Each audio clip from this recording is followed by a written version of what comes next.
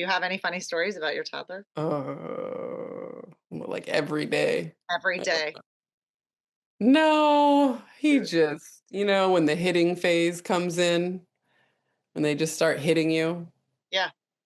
Yeah, there was just this one time where I don't even know what was happening. I think I just like messed up, like I gave him the wrong applesauce or something like that. Right. Yes. And he started screaming and I picked him up and he took off my glasses and he threw them across the room and then he smacked me across my face so hard. I was just like, oh, jeez, Damn. harsh Oh, punishment, child. right. Take I off don't the know if glasses that's first. funny or That's the not, but it's best. just like, it's like he It just, is. I don't know, he like mobbed me. He was just like, Yeah. I was like, oh. How dare you Remember give them me the wrong glasses? applesauce? Applesauce. Oh, that like the wrong spoon, that's hilarious. Just totally assaulted in the middle of the day where you don't see it coming. I wish we could do that now. I wish I could Can you do so. imagine? Now. If he said something, I'd be like, I Yeah. someone across the face would be so satisfying. Right. Yeah. It's Gentle parenting. Yeah. gentle. Oh God, the gentle parenting. That could be part 2, gentle parenting. Let's do a part 2 with gentle parenting, can we?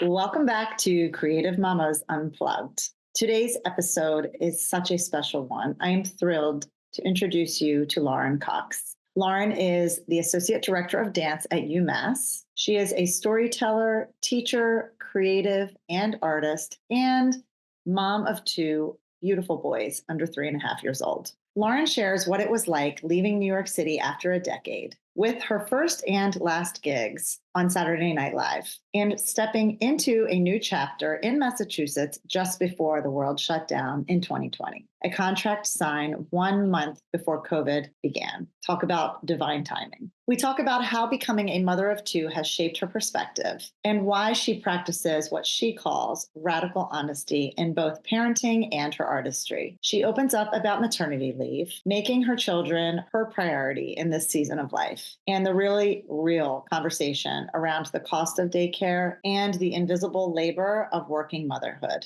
Lauren also shares how she embraces intergenerational learning, literally bringing her babies into the studio. We also talk about her new film, Dance Mamas, created while she was pregnant with her first child, a beautiful documentation of a sacred season. She reflects on the power of water as ritual and reset. This conversation is about timing, trust, embodiment, and what it means to evolve. Enjoy this conversation with Lauren. We sure did. Let's dive in. This is baby number 2, yes?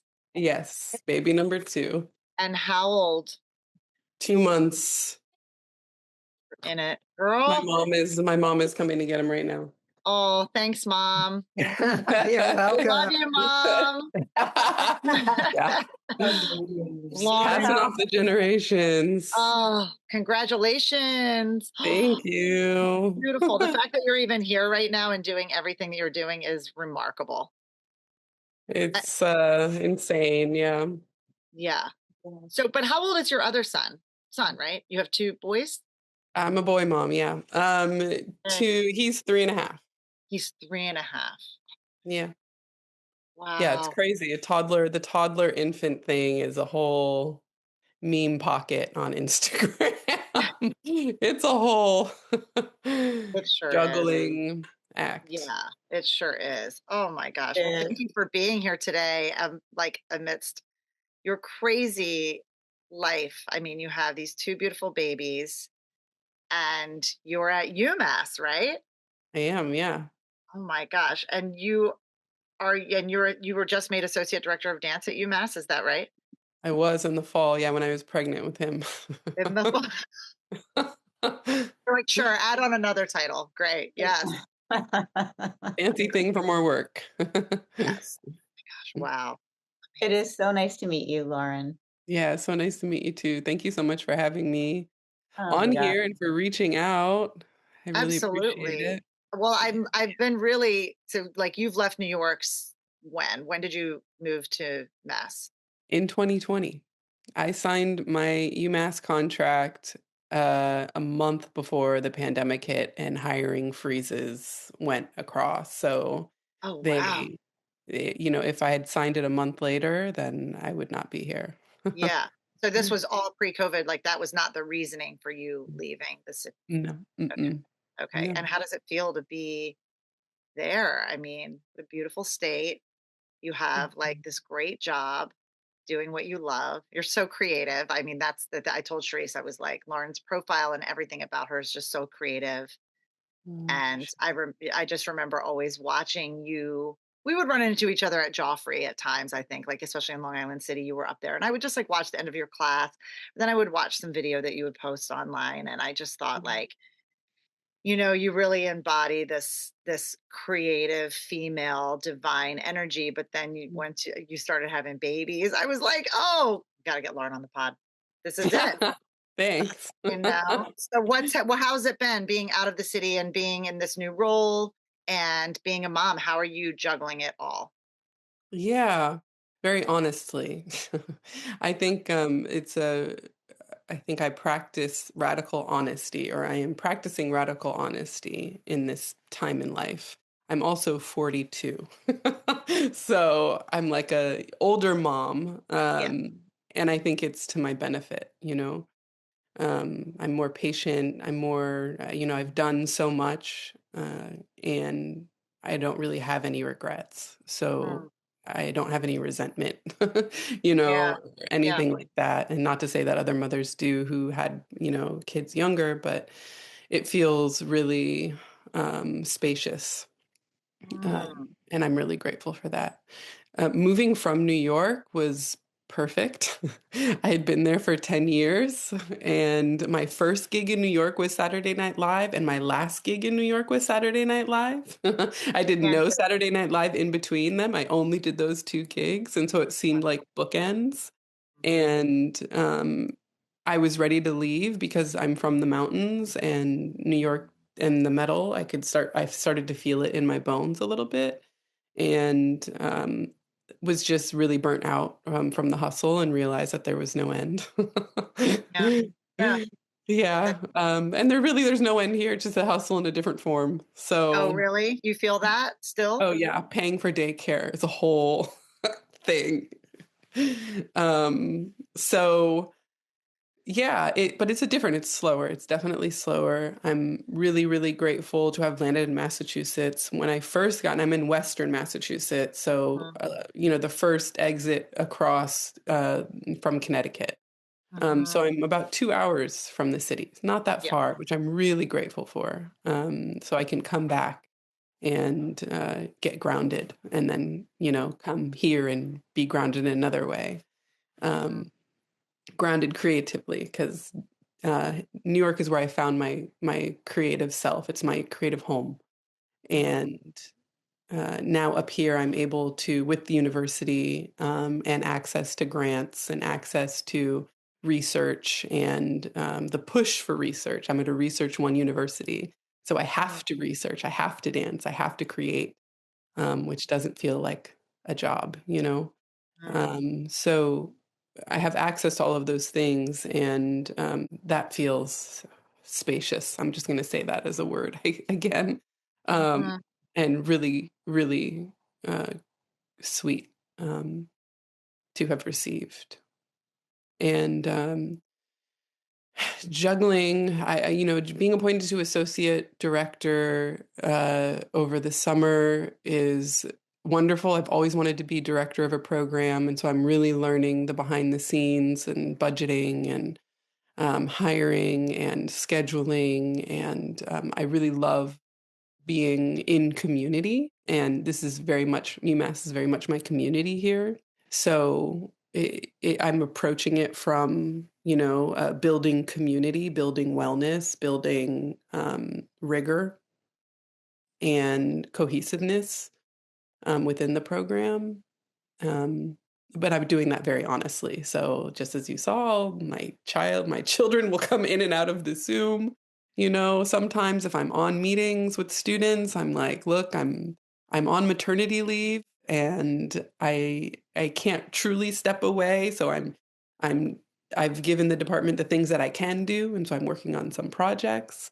And but my kids always come first because I'm on maternity leave, and I can't teach classes past 3 o'clock because I have to go pick them up, and they are going to come into the classroom if they don't have school. And the one thing that's really wonderful is that, African diasporic dance allows for intergenerational learning. And I think Yeah. it's really important. And Yeah. so, um, yeah, I'm working on not separating it all so much is the answer to that question. Mhm. I just But from a also I'm tired. I'm yeah, tired. you're tired. I'm tired. You're tired. I mean, just from even from a pedagogy standpoint, like what you're teaching your kids, your students. Yeah. And I think that's amazing that you are bringing that in the classroom, especially on a collegiate level. I mean, it's not, doesn't it feel great to know that you're supported by your place of work and by, you know, the people in the community around you? Because there was a time where that just wasn't happening for women. And we've talked about that all the time. We talk about this all the time on the podcast, which is, whether it be Broadway or industry or higher education, you know, the tables are turning. I mean, never too late, but like too late, you know, that we're plowing forward with this is our creative life, is our children. That is the ultimate, point of creativity. Yeah. Truly. And giving birth, or being, the one to birth and even not, it's just you have to find a new center every time it happens, and I have to find a new dance. I find a new way of moving every single time that I'm giving birth. This is the last one, but The last kid. yes. I don't want to do it again, but I,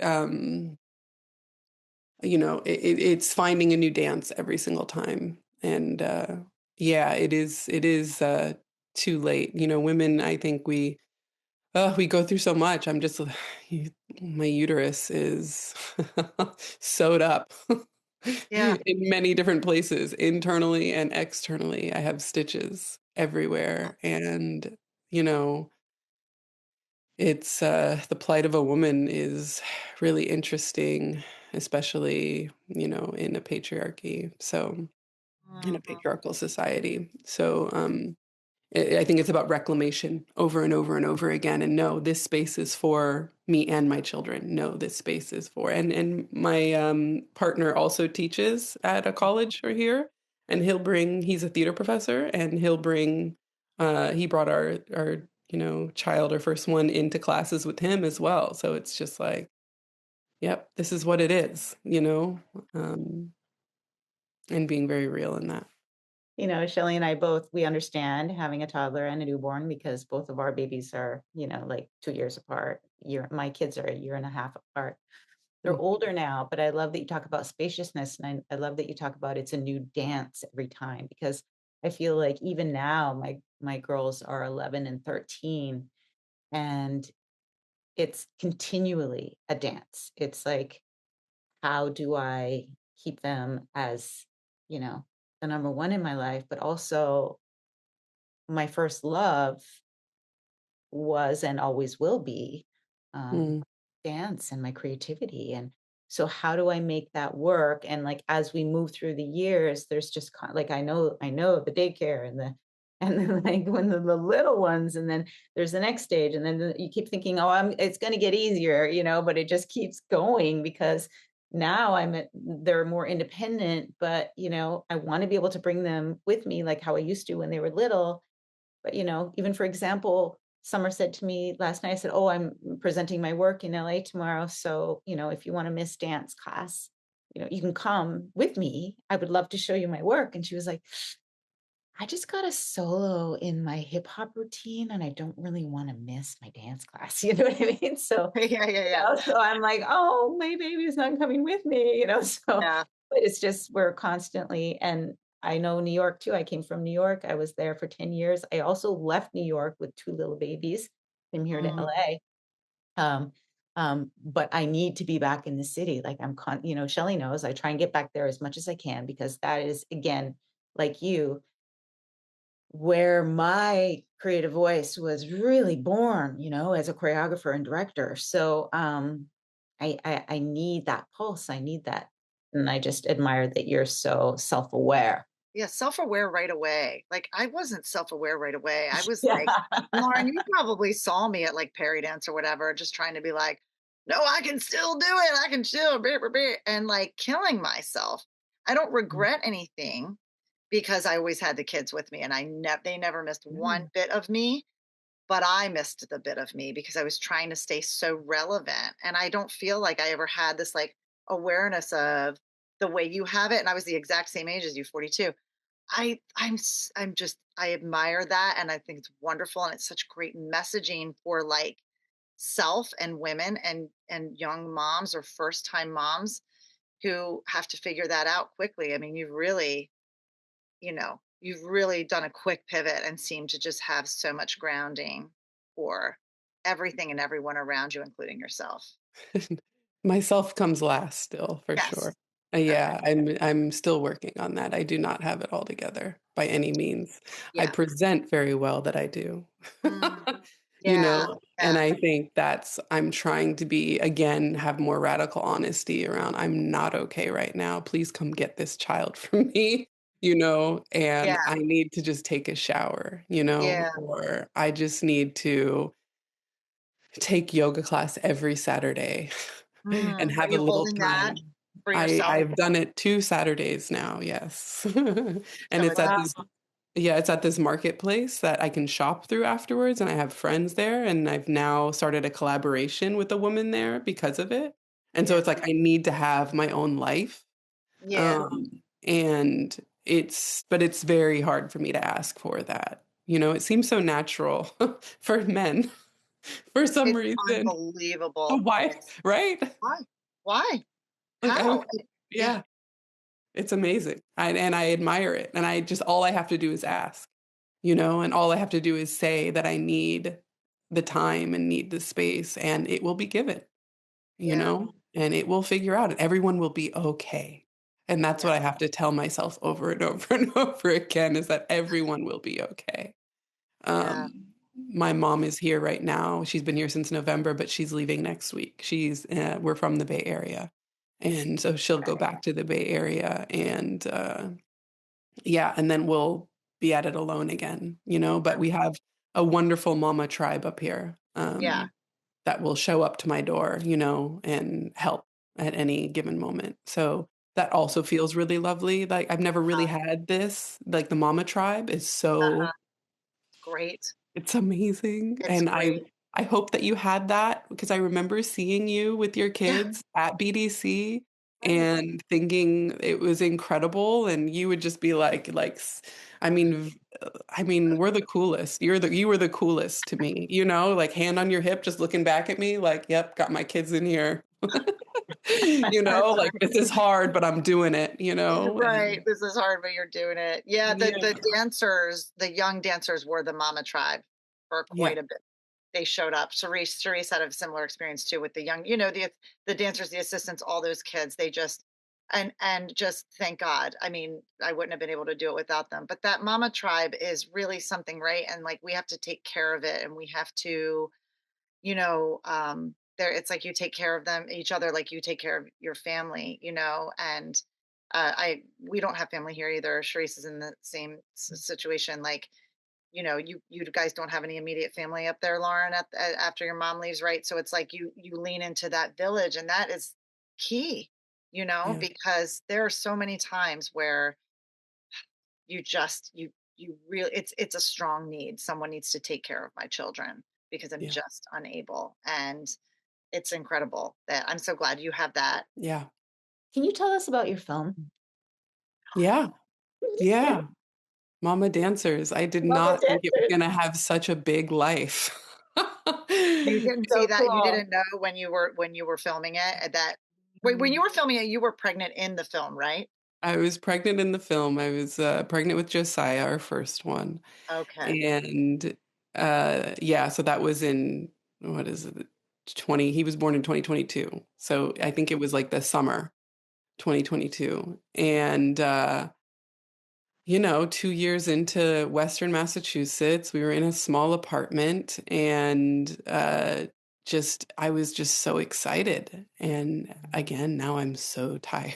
It was just Yeah. a completely different person, and I was just so excited. And it's so lovely to have that moment captured of like Mm. pre-motherhood, literally 3 months before I gave birth and just everything changed. And it was sacred to go to the rivers here. It's one thing that I really love connecting with is the rivers. And my partner is a priest of Ifa. He's a Babalawo. And so the rivers are very important to us in praising Oshun, who's the mother of all mothers and who governs the river. Um, and who guides the baby in the womb, who is um, the spark of life. And so going to the river and being able to be in the river a lot, I would just take a chair and sit in the river kind of all summer while he was pregnant. And that's what you can do here. Yeah. You're not going to the East River to sit in the river with the right. Definitely not doing that.